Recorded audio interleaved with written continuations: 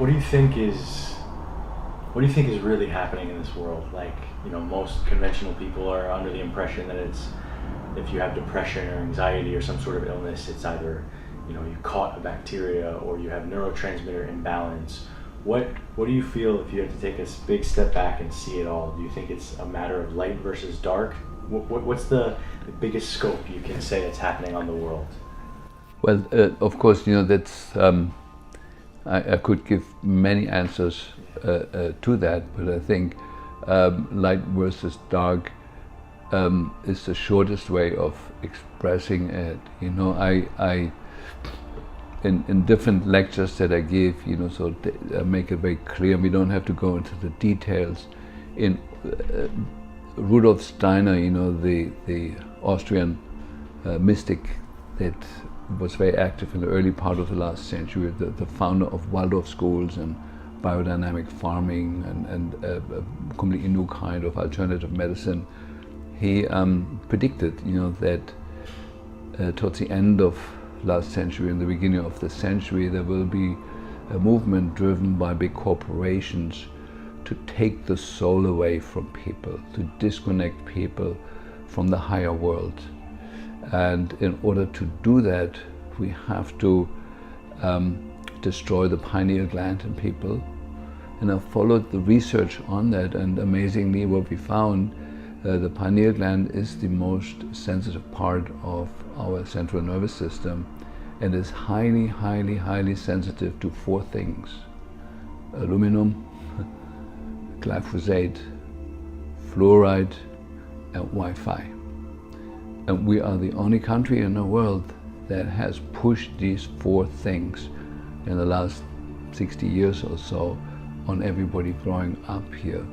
And so what I feel, what I observe, and what we're also testing in our ART system is that people have severely calcified pineal glands. And I show the anatomy in some of my courses. It's very clear that the pineal gland is a receiver for higher fields of energy and translates them into thought and into actually controlling our immune system, our endocrine system, and so on and so forth. There's all science, but very few people pay attention to science anymore, especially since Donald Trump and his disregard for science.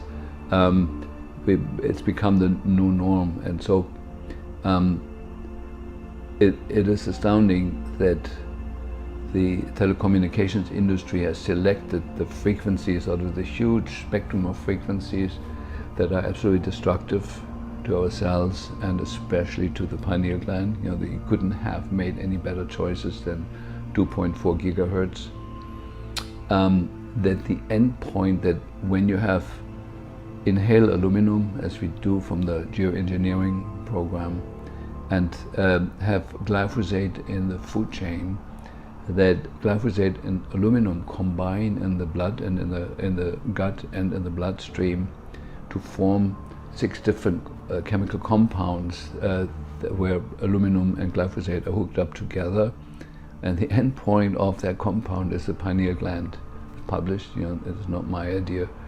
And what is needed for this compound to actually enter the brain is to open up the blood-brain barrier, and the current frequencies in the Wi-Fi world are exactly doing that. They open the blood-brain barrier, so toxins that used to stay in the bloodstream and in the body below the neck are now entering the brain very freely. That applies to all toxins, and so it's a new time in that way, And so, when you think this through, you come to the conclusion that either there must have been an ultra intelligence group of scientists who have designed this protocol to fluoridate the drinking water, to put nanonized aluminum in the air, to put glyphosate in the food, and then activate it, spark it with the right frequencies. It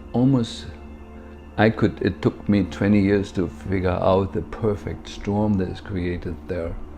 And it's either a coincidence, which is possible, that enough dumb people made the wrong choices, along the years. I'm still hoping that may be at least partially true.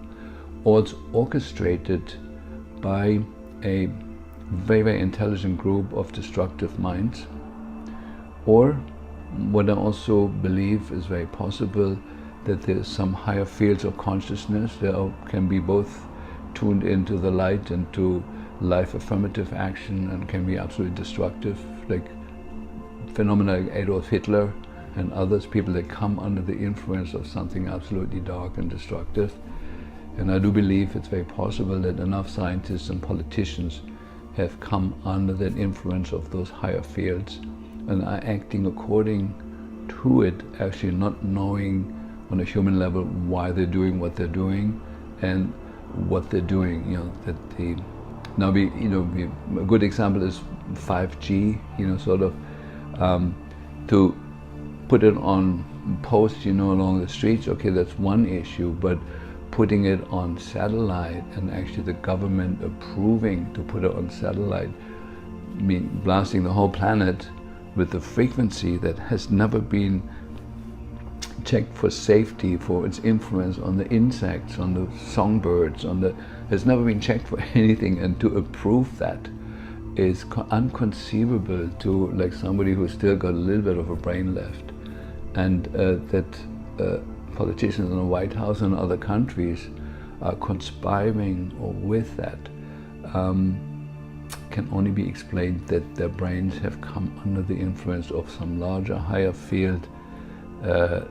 They cannot be human in nature, you know, because the human nature is always life affirmative and loving and wanting to live and make the biosphere more friendly to life. And so there's some scary thoughts about that, you know, but I'm still hoping, I'm still putting my weight on, let's hope it's just a coincidence and enough dumb people made enough dumb decisions, and if enough of us wake up and point it out to them, that there can be a reversal. You know, the Wi-Fi can be switched off in a second.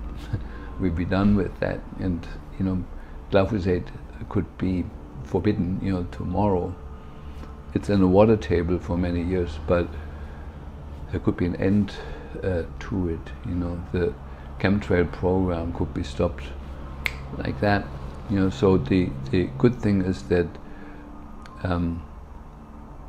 solutions, positive solutions that are suppressed right now, that are everywhere, could be the norm of tomorrow. Within 24 hours, we could turn the planet from a creature that is threatened on all levels to paradise, you know, virtually within 24 hours. You know, we're still close enough to that.